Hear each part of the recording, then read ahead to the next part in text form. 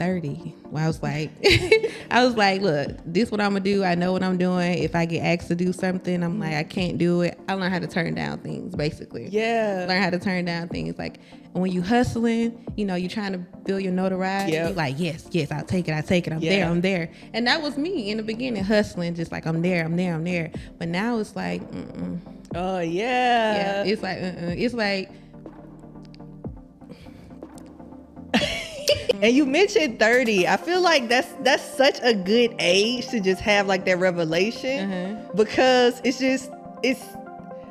doesn't put so much weight, but then it also helps you to just be like, all right, cool. I love it over here. I'm sorry. I love it. Man, I love it. Tell me about it. It's the maturity, Yes. the wisdom, the growth, the insight. It's just so much comes with 30.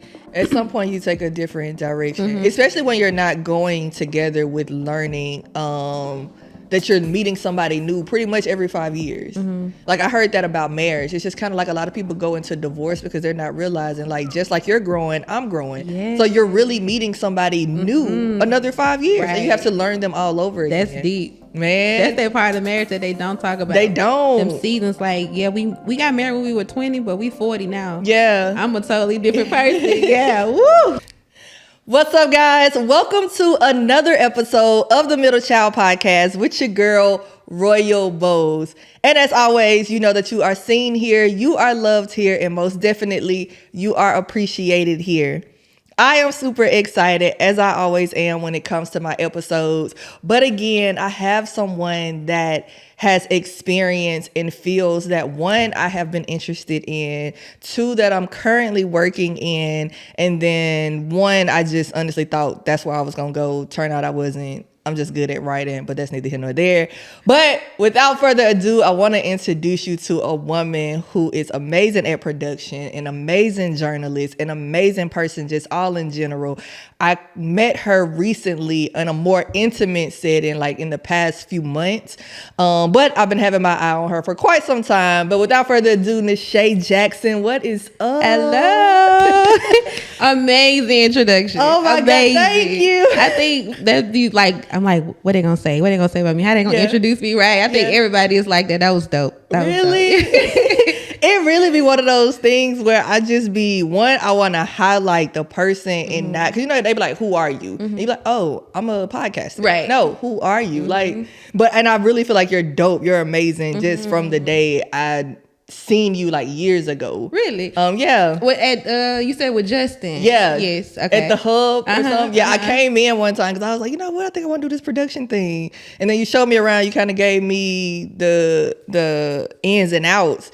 And then I think after I left, at the time I was so all over the place with life, and I really didn't know what I wanted to do. I was just getting my feet wet. Yes. Yeah, and somebody set me down. They was just like, just start over. I was like, okay, well, no production now. It'd be like that because you be interested in so many things. So many. Yes. And you like, I can do this, I can do that. But you just get bombarded. It gets overwhelming. Yes. I met this guy who owns Fly V. And I thought I wanted to do clothing. Okay. And he sat down and he was like, Rebecca, I'm going to be honest with you. I said, okay, what's up? He said, you're like a weed. He said, you know the difference between a weed and a tree? And I was like, I mean, no, not really. Okay. He was like, trees, they develop a strong foundation, the root and the stump. Whereas weeds, when they come up, they sprout everywhere. He was like, you have to get a firm foundation. And then from there, you can develop your branches. Yeah, I like that. That has stuck with me forever. Yeah, that's good. Yeah. That's good. That's like a revelation, man, right? man. And so he was like, I'm gonna help you out. Just go back to writing your book. And from there it'll open doors for you. And I must say, shout out to him because it has given me more meaning in life. Yeah. Honestly, I've been where you are or where you was when you just like so interested in multiple things. I was a part of like 4 different companies at one time, including Ramsey Nation. And although it was all related, it's all media journalism, it's still like I'm being stretched 4 or 5 different ways. Yeah. Where one person want me to write, the other person want me to produce, so it's, And then it wasn't until I hit 30 where I was like, look, this what I'm gonna do. I know what I'm doing. If I get asked to do something, I'm like, I can't do it. I learn how to turn down things, basically. Yeah. Learn how to turn down things. Like, And when you hustling, you know, you're trying to build your notoriety. You're like, yes, I'll take it. I'm there. And that was me in the beginning, hustling, just like I'm there. But now it's like, oh yeah. It's like, it's like, it's more so like I built that, you know, I built the platform, the notoriety. Now it's like, as I'm growing, it has to be exclusive. It has to be something of substance. It has to be something of purpose. Yeah. You know, I'm not popping up at, you know, your pop-up shop. You know, I did that. Not discrediting anybody, but I'm past that. So yeah, absolutely. And I think that's a good way to look at it, because it makes room for other people who want to build their notoriety. If I'm always quote unquote at the pop-up shops and at the stuff where other people can be stepping their foot in, then I'm just taking up space for somebody else, right? Who I'm designed to build a path for. So that's good. And you mentioned 30. I feel like that's such a good age to just have like that revelation, because it doesn't put so much weight, but then it also helps you to just be like, all right, cool. This is where it's that switch. I almost feel like. Yes. Oh my God. When I tell you, when I turned 30, I'm 31 now. I turned 32 in July. But when I hit 30, I stopped caring about, I'm like, this is my life. I'm going to live it. If I make a mistake, oh well, it's my life. I can fix it. Yeah. Like 30 is just for me, 30 for me is just, like you said, that switch. Yes. Just switch. Like, I feel 30, you know, I love it over here. I'm sorry. I love it. Man, I love it. Tell me about it. It's the maturity, that the wisdom, the growth, the insight. It's just so much comes with 30. It's just, I love it here. Yeah. I wouldn't go back. You know, people be like, you want to take the red pill or blue pill, go backwards or go forward. I'm like, I want to stay right here. Man, literally stay right here. And I feel like it's just like what they say, it's like wine, it gets better with time. So it does. Man, because I am 33, well, probably 34 when this episode airs, but I wouldn't trade it for anything in the world. Because you know what you know. Yeah. You know, you did what you did. Yeah. It's just, man, it's beautiful. My nieces be like, you old, so what? Man. I'll be old, okay? And you actually feel your growth. I think you get to where J.E. had the thing called trust the process. I think I'm actually feeling the process, and I enjoy it. Yes. I enjoy every step of it. Yes, and that's trust the process in everything. Yeah. Spiritual, emotionally, mentally, physically, financially. That's everything. Trust the process. So yeah,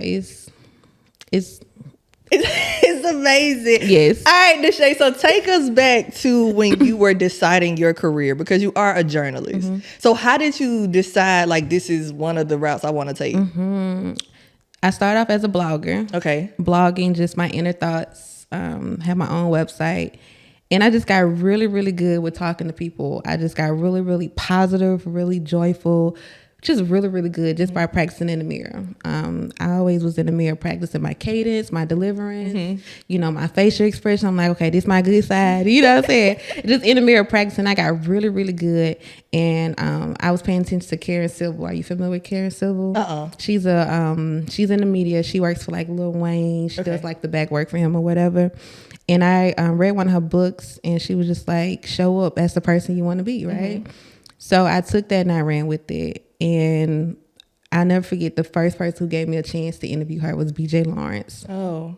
I met her at the Smash Bros Radio podcast, which is where I interned. And I just reached out to her. I was like, hey, I'm Nashaye. You know, I have a blog. I would love to do an interview. She gave me that yes, and I just took off. That one yes gave me the confidence to write this person, that person. I'm up at 2:00 in the morning writing people. You know what I'm saying? Like, hey, I'm this person. So it was like really just show up, you know, scared and all, and not having all the tools in your tool belt, but using what you already have. Scared and all. So the more people I got under my belt, the more my name kind of starts to float around. And then things just started falling in place after that. Honestly, J.E. found me, put me in front of the camera.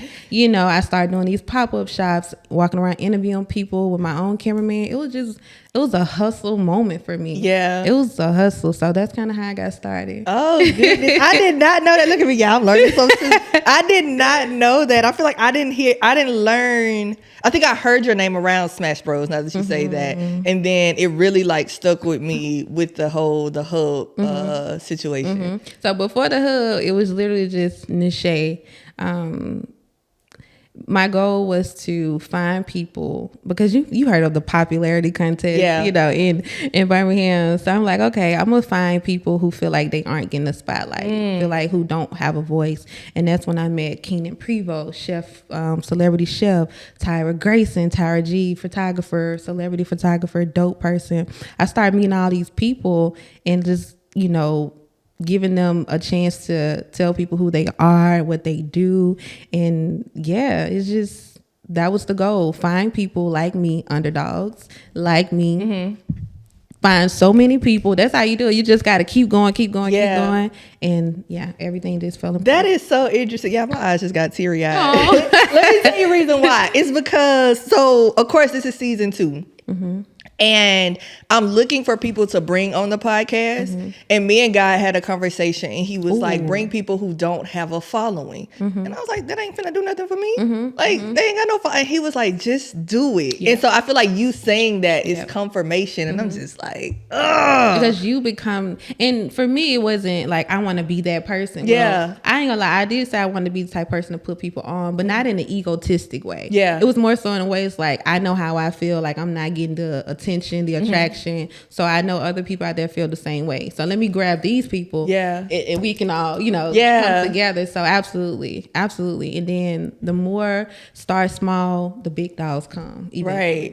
Right. It's the consistency. Yep. The big dogs come. Jeez. Baby, confirmation just comes out of nowhere. Won't he do it? Man, won't he will? every time. It's like you be having an argument with him, or not even an argument, just be having a conversation with him. Yeah. And he's like, okay, I'm going to show you. I like how you say you had a conversation, God. That was very cute. Very, very soft. I like that. Because that's all it is a conversation. It is. And I tell people all the time, it was because I had a transparent moment. Like, I grew up in church. Like, from as long as I know. We were there. No, non-denominational. Okay. But we were there 5 days a week. Yes. As you see, my parents was leaving, going to church. Really? Yes. On a Saturday? Yes. Because Saturday mornings was corporate prayer. Okay. So it was Sunday was church. We didn't go Monday. Tuesday, my mom is over the intercessor. So she did intercessor meeting or whatever. Wednesday was Bible study. Thursday, we didn't go. Friday was studying the word. And then Sunday was corporate prayer. Okay. So I was there all the time. Yeah. And then they worked there. So I'm just like, bro. Extra all the time. Man. Yeah. But it wasn't until 30, me and Guy had a conversation on my way to my condo. And I just had that moment where I was just like, bruh, I'm mad at you. What I'm not going to do is curse you, but I am mad at you to the point I don't want to thank you. I know what you're doing, but I'm upset right now. And that was that moment for me. I remember waking up the next day feeling new. So, because you got it out. Yeah, I finally said it. Because somebody said, granted, God knows everything, but he can't heal what you won't reveal. Exactly. And you have to actually, you got to say it. Talk to him. Yes. Conversation. Yes. Yeah, because some people hold it in, and honestly, talking to God is just the best medicine. And just a side note, kind of still in the same area what we're talking about. So I had a really bad headache last night, and I took a Excedrin. It didn't work. 2 hours later, I took an Advil. And it worked for a good little minute, but the headache came back. So I was like, I'm not going to take no more medicine. I don't want to do that to my body. So I just put my hand over my forehead, and I just started praying. Just praying like, Lord, you know what I'm dealing with. You know how I'm feeling. I'm asking that you just take this pain away. 2 minutes later, headache gone. Right. It's really just conversation, being transparent, being authentic. Even for the smallest things, it's like gotta have pain in my temple or something like that. It's all the same. Just a conversation with God. Definitely. Just a conversation. I love how you said that. That was beautiful. Thank you. That was beautiful. It, like you said, it's definitely that. Because like when you have a conversation with your friend, you're transparent, you're authentic, you're honest. Yeah. And then also to an extent that you don't have a high expectation. Like one of the things my dad has taught me was don't go into prayer to like desperate, and desperate as in for like, let's say somebody has a car accident and you go in, you ain't never had a conversation with God, no how long, and now you sitting there desperately praying. Yeah. Like your faith doesn't kick in right then. It can, yeah. but it's like, it's not one of those things where now if it doesn't work out in your favor, now you mad. And it's just kind of like faith has to be built. Absolutely. A relationship has to be built. Absolutely. And so that's good. Yeah. Absolutely. And I always say faith is one of my spiritual gifts. You know, everybody has different spiritual gifts. Faith is one of mine. I actually got faith tattooed on me when I was like 16 years old. Didn't know anything about it. Yeah. Didn't know nothing about it until I hit 30. No, I'm just kidding. But faith, man, is so powerful. Bravezy is one of those people that I would just call when I was going through my little spell. I'm like, man, I want to break down so bad, but my faith won't let me. My faith will not. I want to be one of those people who hit the door and just slide down crying. You know what I'm saying? I want that dramatic, breakdown. But my faith don't let me. My faith is like, it hurts right now, but God always make a way. Yeah. My faith is so strong that it just won't let me move a certain way, let me think a certain way. So I love to say that faith is my spiritual gift. That's good. 100%. That's good. I like that. I like, because I'm like you. I'll be wanting to have those moments where I'll cry, but then it's like I cry for like 30 seconds. Right. I'll be like, let me cry. Right. Like I want to have one of those ugly, snot running down your face cry. Right. And it got to the point where I asked my grandma. My grandmother is one of the strongest women that I know, my big mama. And I'm like, at what point does a strong person be weak? And she was like, anytime. And I'm like, as powerful as that sound, it just don't work like that. So yeah. That faith is a monster in a good way. Yeah. In a great way. Would you relate that to having peace under pressure? Yes. Honestly, I thrive harder, and ChatGPT helped me with this. ChatGPT. Yeah. Shout out to ChatGPT. She gonna take over the world. It's gonna take over. Look, she. Right. But it helped me realize that I gotta thrive under pressure because it forces me to do something to make some shape. So yeah, I do. I will make that correlation. Yep, absolutely. Man, I like that. Yeah. Oh, goodness. That's critical thinking. Because I feel like I work better when, not necessarily the odds are against me, but just when it's just so much going on. Yeah. And it's almost like I got to clock in. Like you tell me, no, okay, let me see what else I can do. Or this won't work. Okay, let me figure it out. Because I'm solution oriented too. If something happened, that's not in my favor per se, I'm like, okay, what else can we do? Because if someone said something so profound, if you can overthink the problem, you can overthink the solution. Yeah. If you can constantly sit there and think about the problem, you can constantly sit there and think about some solutions. So I'm very solution oriented. So nice. Very solution oriented. Okay, so how did you maneuver from journalist to being in production? Well, to me, it's all the same. Okay.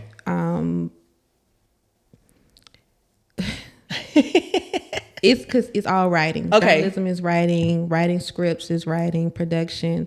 There's different avenues for production, but I don't know. I guess just I can't even speak for other people why they considered me. I don't know. I honestly don't know. I know. I told you the story of Ramsey, how he just called me and was like, I want you to be a part of this. Maybe because, we had a great vibe when I interviewed him. He liked my mindset or something like that, my leadership. So I think, I can't even speak for why other people would pull me into production outside of journalism. Yeah. Is it always like that wow moment when it happens? Yeah. Oh, wow. It was in the beginning. I'm gonna tell you, I'm mature. Listen, because now I know who I am. I know, like, I'm great. You know what I'm saying? I know that. So in the beginning, it was like, me? Yeah. Out of all people, you want me? I'm out here hustling. Like, me, I'm still an underdog. Me? But it was all a blessing and brought me where I am today. It made me who I am today. So I'm thankful. Oh my goodness. Absolutely. That is amazing. Yes. All right. So of course we have the business side of things. Was there any pivotal point in your life that really made you see your worth? Yes. Okay. I'm going to say when I got saved in 2023, when I rededicated my life to Christ in 2023. Grew up in the church. When you was talking about church, grew up in the church 7 days a week. Other people church, your church, your mama church, singing in the choir, praise dancing, I forgot what it was called, fellowship, just heavily invested in the church. 100%. But when I rededicated my life, because when you get older, you start smelling yourself, you kind of go the other way, God let you do what you do. By the grace of God, he let you do what you do, like the prophet, the son who left home. I think I just wrote a post about him. Nice. Yeah, the prodigal son. Yes, the prodigal son, yes. So when I rededicated my life to Christ in 2023, because I went through... There's a lot of pivotal moments in our lives. Okay? Yeah. So I went through from in 2020. When did Kobe die? 2020. Kobe died in 2020 because COVID had just came out. I think Kobe died January 27th, I think. And I had just got out of a 10-year relationship, maybe like 2 weeks prior. So I went through a whole little phase. Like, I'm okay, but deep down inside, I wasn't. Yeah. I put on a smile, but deep down inside, I was hurt. I was broken. And that's why I went so hard with my career. Because I'm like, I'm going to show you. Yeah. I'm going to prove to you. And I'm going to prove to everybody, you know what I'm saying, who saw me as just a rapper's girlfriend at the time.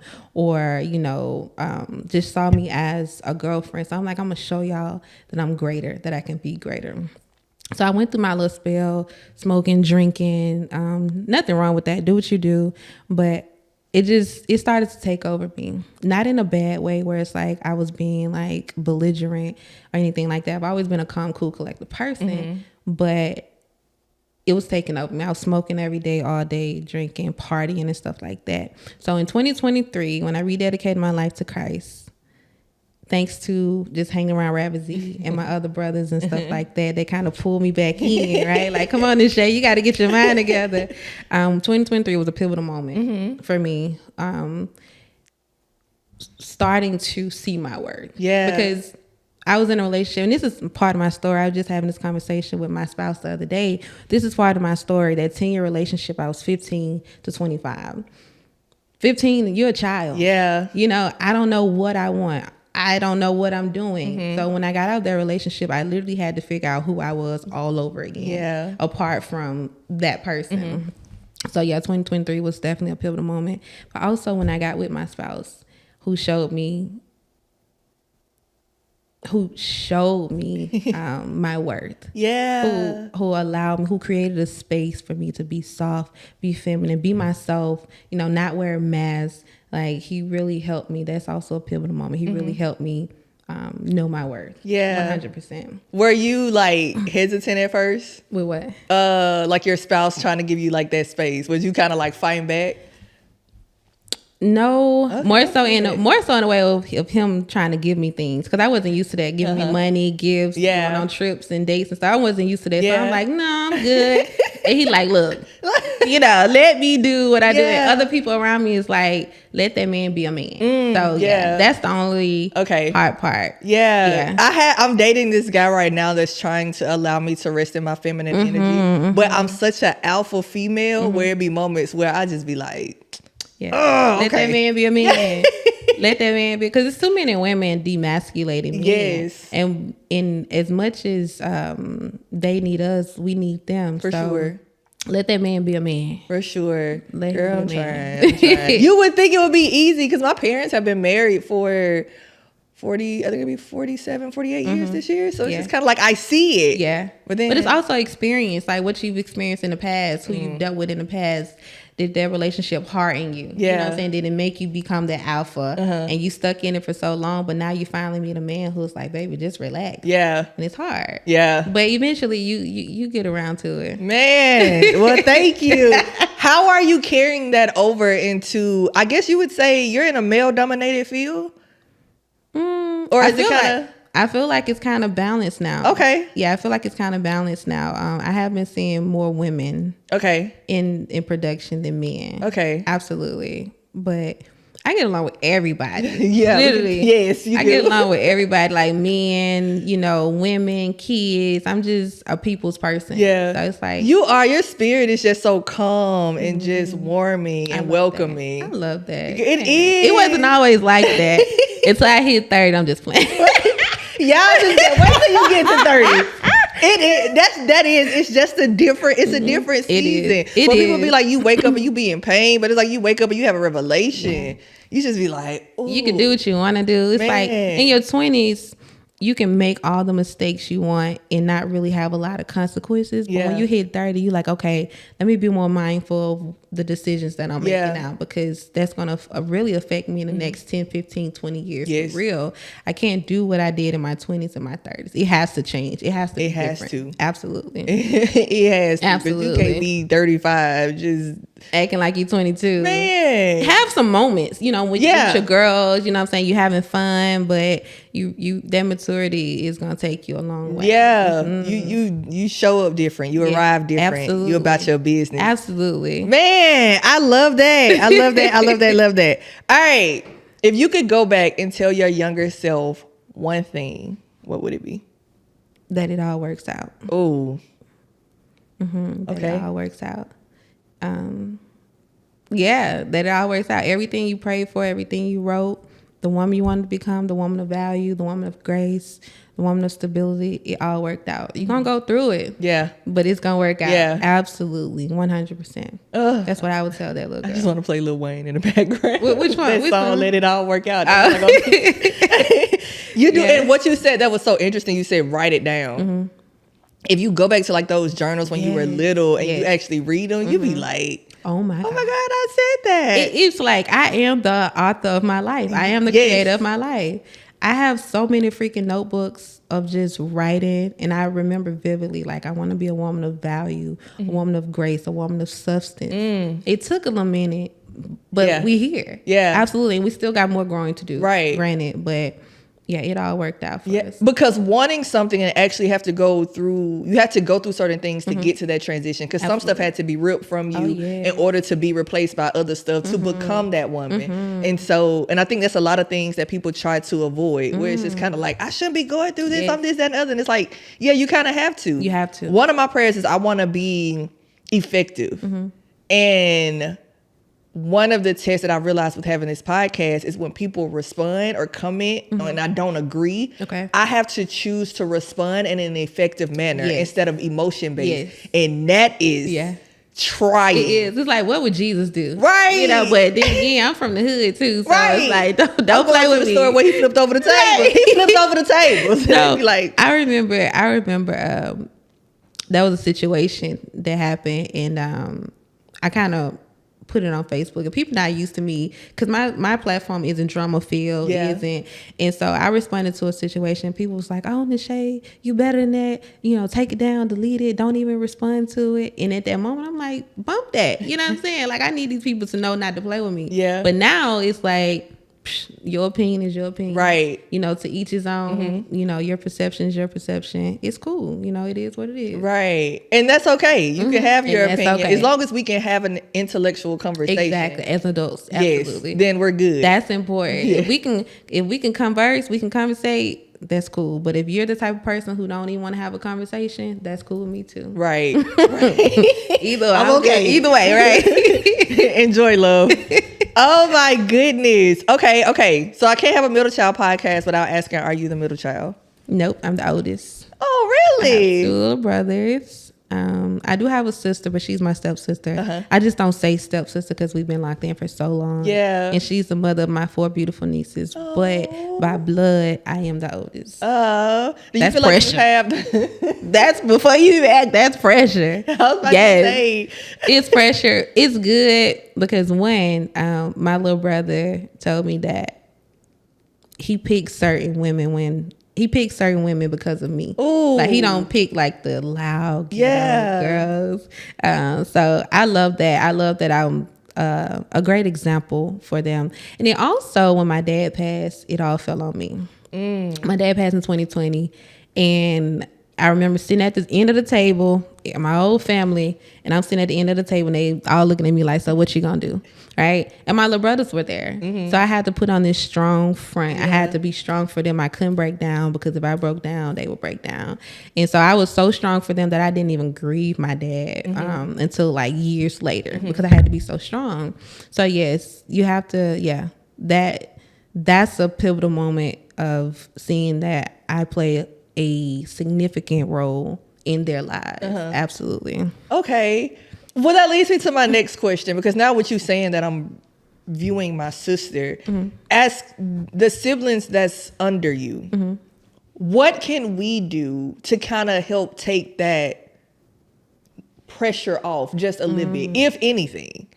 Just be great. Okay. Be great in your own way, because we got our own lives, Right. My little brother's got their own lives. My little brother, middle, he has a family, my 2 nephews. So just be great. Be successful at what you do. That's going to make me proud. That's going to make me happy. You know what I'm saying? Keep in contact. I love to keep in contact. You know what I'm saying? But be the person that God wants you to be. That's going to make me more than happy. Seeing you thriving, I'm happy. Yeah. I'm happy. So there's really nothing you can do to lift the burden or take the weight other than seeing your happiness. Oh, that's good. 100%. Okay. Guys, you got to be great. Middle kids, younger kids, we got to be great. That makes sense. My sister just be like, she be like, no, we not having it. Don't give up. And I be like, girl, you sound like mom and daddy. But I mean, now it makes sense. Yeah. Woo! All right. I can get a little deep sometimes. That's why some people like, I don't want to talk to Nashaye, because Nashaye gonna take it there. She gonna take it But there. that's what you need. I feel like you need at least one of those friends. I definitely feel like you need a ratchet friend, one that's just gonna do what they need to do. You need one that's gonna give it to you straight, no chase. Because when you get in a career, or when you get in your field to where you have a lot of yes men, it's just like, who's recentering you? Right. And I think it's hard finding those. Like, it took a minute for my friends to become that for me. Because I also felt like couldn't nobody tell me nothing. I was like, now I'm just kidding. yeah, I was like, can't nobody tell me nothing. And I remember in 2022, one of my best friends came to the house, and I was crying. I feel like I had just had my world torn apart. My heart was broken. And in the middle of it, she was just like, girl, I ain't never seen you cry. I said, if this was supposed to have been a sad moment, you ruined it. But at that moment, I was like, dang, like, I really don't give my friends that space to see me. That side of you, And so now I'm just a crybaby. I call them about everything. I need help. I'm not afraid to like reach out. It's just... You need that space. I have a friend, her name is Bridget. We don't talk as often, but there's still always like that love between us. 1 year, 2020, when I was going through my breakup, I was alone for that Christmas for the first time in 10 years, right? And baby, when I say I was toe up from the floor up, and she had gone through a breakup, so she came over and we would just toe up together. And the whole time I'm just texting everybody in my phone, Merry Christmas, Merry Christmas. I'm just boo-hoo crying. So no, I definitely have a friend who has seen the most vulnerable side of me when things happened in my life, so you definitely need those people, 100%. People you can trust. People you love and care about, and know that they love and care about you, and have your best interests at heart. 100%. Ooh, okay.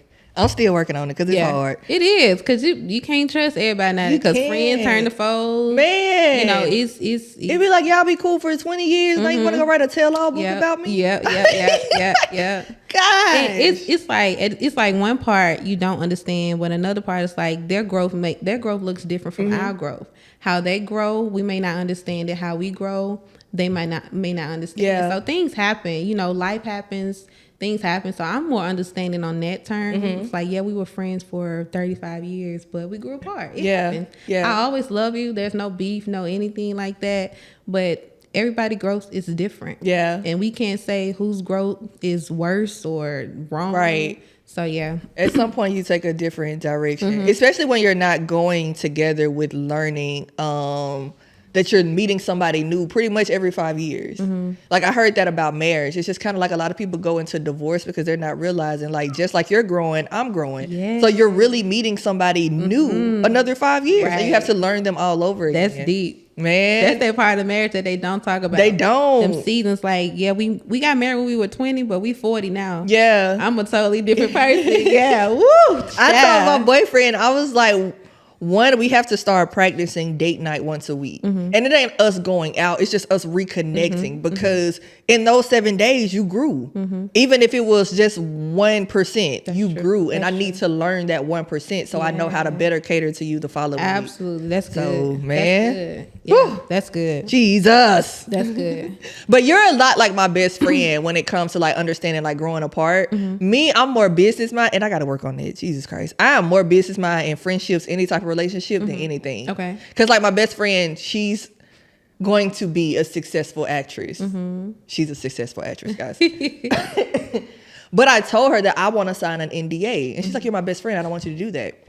I said, but we don't know what's going to happen in 20 years. I'm not saying that I'm going to turn on you in 20 years, but to protect you, I need to sign one. And she's like, well, I'm not going to let you do that. I said, well, I'm going to just call your attorney.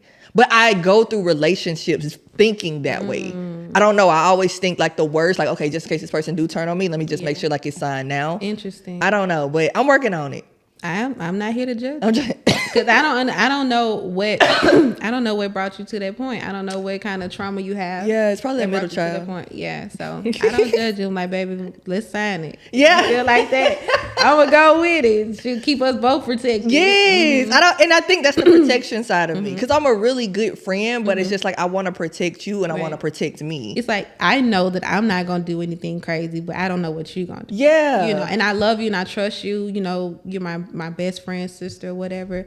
But money changed people. Fame changed people. People change people. Yeah. So you really just setting boundaries and being cautious. Yeah. And I'd rather ask you now than ask you then. And you be like, why made you sign? Okay, whatever. I That's agree. my little rant. I ain't here to judge you. That's pretty interesting though. Yeah. I don't know. That's just how my mind goes. I am always business minded in any relationship that I'm in. Not in your relationship, right?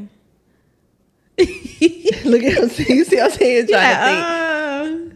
I think to a certain extent. We're working on it because I'm also learning in this relationship how to be more feminine. But still at the end of the day, it's still like it's just going in the back of my head. I think I'm one of them people that's probably gonna have a prenup. I was thinking about that. Yeah. I'm probably one of them. And it's only because you can put in it, we can both agree on something. So it's just not like one of those things where I'm just like, you got to sign this or you can't leave with nothing. It's just more so what fits both of us. Whether it's just like, okay, we leave with what we came or we leave with what we accumulated. We're both going to sit down and create it so that it protects both of us. So I'm fair. I ain't like mean. Speaking of prenup, I don't think I would sign a prenup. Okay.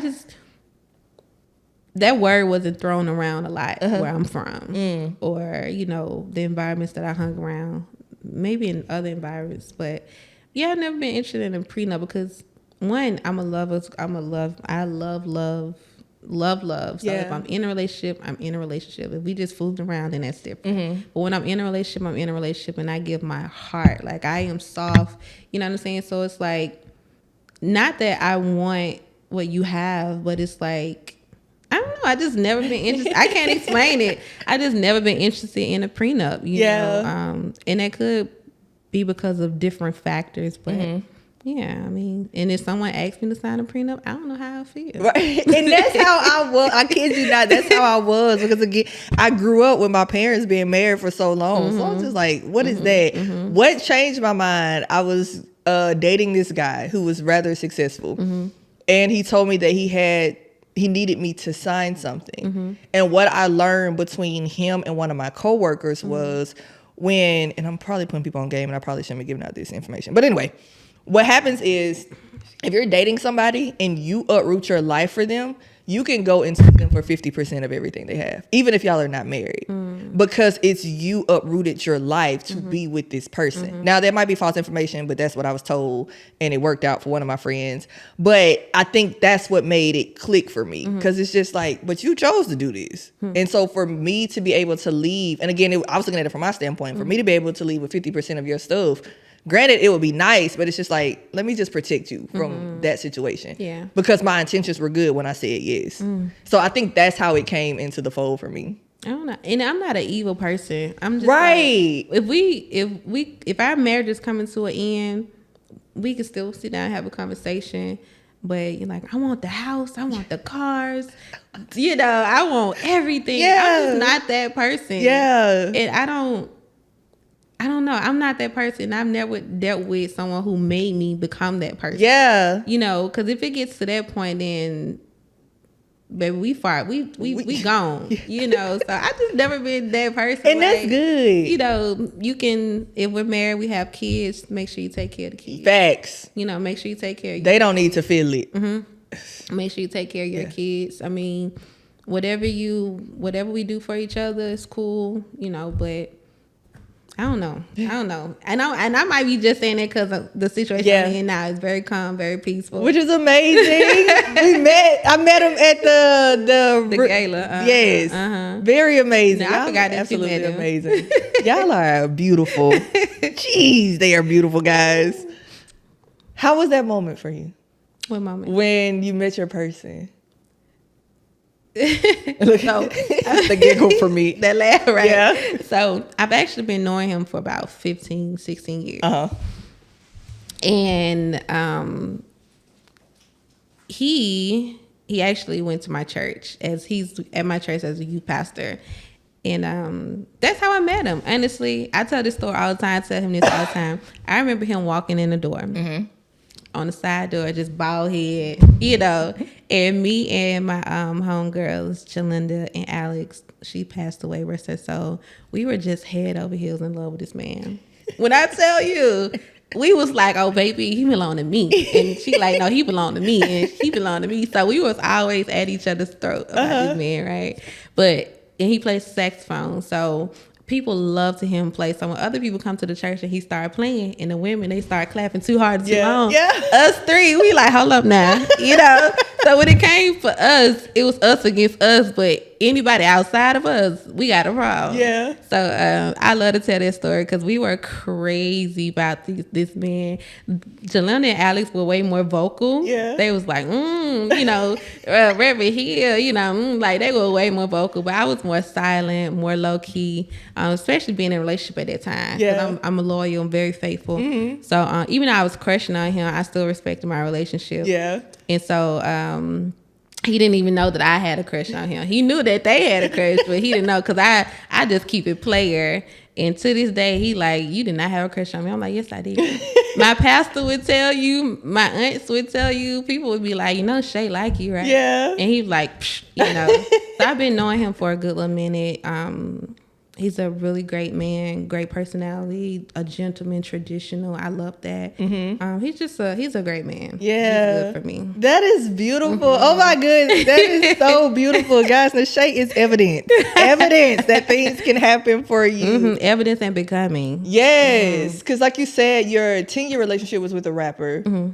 And then now you're with a minister, saxophonist, teacher. And so... Mm-hmm. Jeez, evidence, guys. Evidence that becoming your better self. That's so funny because that's what I don't even have it on today. My overall brand under construction is called Becoming Your Better Self. Yes. Yeah. Every day. I'm not even the best yet today. I'm better. Yeah. But the best has yet to come. And that's what the old people say, stay young while you can. Yes. Because baby, life be I get a boxing ring. Okay. Jeez. Don't give you no breaks, no water breaks, no nothing. None. You be like, oh, I done caught my breath today. Right. Something else happened. I be like, oh. No, yeah. I'm grateful. I'm in a peaceful place. Yeah. Intentional space. It's quiet. I'm loving it here. I am. That's beautiful. Mm-hmm. Oh my goodness. Oh, that is so beautiful. All right, Nashaye. So tell the people if they wanted to follow your journey, just get in contact with you about any business type situation, how could they reach you? I've been off Facebook for a couple months, guys. So I would say reach me on Facebook. But Facebook, you got to take a break from Facebook, baby, because Facebook would drain you. But I'm on Facebook at Nashaye Jackson. I'm on Instagram. My new page, Amazingly Nashaye. I know people don't use LinkedIn, but I've been seeing a lot of people searching up my name in LinkedIn. So LinkedIn, yeah, I'm on TikTok, but I don't be on TikTok. Girl, all these social media platforms. Really? It be too much. So Yeah, it does. Well, once we get them all, we gonna drop them below, guys, for you so that y'all can reach out. Cause y'all, y'all be on everything. What they say, the old folks do Facebook now. And then I just can't get with TikTok. I be trying. But it's just be a lie. You got to stay consistent. You do. And what's next? It's like, what's next? Facts. I'm following the same people on each platform. I can't do it. Not at all. All right, guys. Thank you for watching another episode of the Middle Child Podcast with your girl, Royal Bows, and my guest, Nashaye Jackson. As always, you already know that you are seen here, you are appreciated here, and most definitely, you are loved here. And until next time, have an amazing day.